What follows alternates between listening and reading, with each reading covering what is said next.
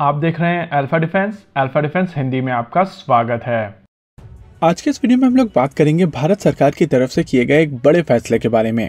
Ministry of defence की तरफ से डिफेंस इंपोर्ट्स को लेकर एक बहुत बड़ा फैसला किया गया है और इस फैसले के तहत कई वेपन इंपोर्ट वाली डील्स को स्क्रैप कर दिया गया है। पिछले 2-3 दिन से इस बात के कयास लगाए जा रहे थे कि आने वाले कुछ दिनों में भारत सरकार की तरफ से इसी तरीके का एक फैसला लिया जाएगा और अब कई मीडिया आउटलेट्स की तरफ से ये चीज कंफर्म कर दी गई है कि भारत सरकार की तरफ से कई डिफेंस डील्स को सीधे स्क्रैप कर दिया गया है।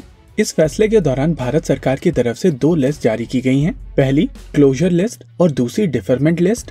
क्लोजर लिस्ट में वो आइटम्स हैं जिनको पूरी तरीके से स्क्रैप कर दिया गया है और अब भारतीय सेनाओं को इस लिस्ट में ऐड किए गए आइटम्स को या तो देश में पब्लिक सेक्टर कंपनीज और प्राइवेट सेक्टर कंपनीज की मदद से बनवाना पड़ेगा या फिर मेक इन इंडिया के तहत एक फॉरेन ओईएम के साथ में देश की कोई कंपनी एक स्ट्रैटेजिक पार्टनरशिप स्टैब्लिश करेगी और तब जाकर ये वेपन्स भारत में बनाए जाएंगे।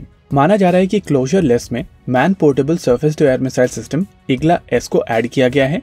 हम लोगों ने आपको ये चीज पहले भी बताई है कि DRDO का man portable surface to air missile system अपने डेवलपमेंटल साइकिल के काफी ज्यादा एडवांस स्टेजेस में है। ऐसे में देश के डिफेंस मैन्युफैक्चरिंग कंपनीज DRDO की ये टेक्नोलॉजी एक्वायर करके भारतीय सेनाओं की रिक्वायरमेंट के लिए ये surface to air missile system जल्द ही बना सकती है। और अगर कोई प्राइवेट सेक्टर कंपनी किसी फॉरेन ओईएम के साथ में एक स्ट्रैटेजिक पार्टनरशिप मॉडल के तहत इस तरीके की man portable air defence system Bharat में बनाना चाहे भी तो वो ऑप्शन भी अभी खुला हुआ है। वैसे ये चीज हम सब जानते हैं कि IGLA-S बहुत ज्यादा state of the art system नहीं था। इनफैक्ट इसका एडवांस वेरिएंट रशिया में अभी अवेलेबल है जिसको वर्बा कहा जाता है।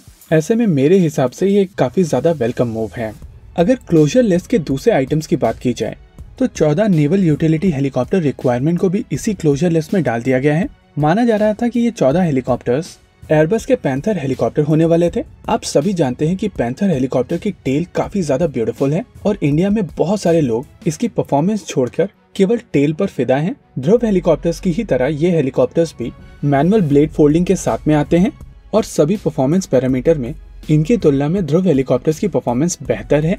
और अब ऑटोमेटेड टेल बूम फोल्डिंग के साथ में ये हेलीकॉप्टर्स सेनाओं के सभी शिप्स के ऊपर काफी आसानी से डिप्लॉय किए जा सकेंगे।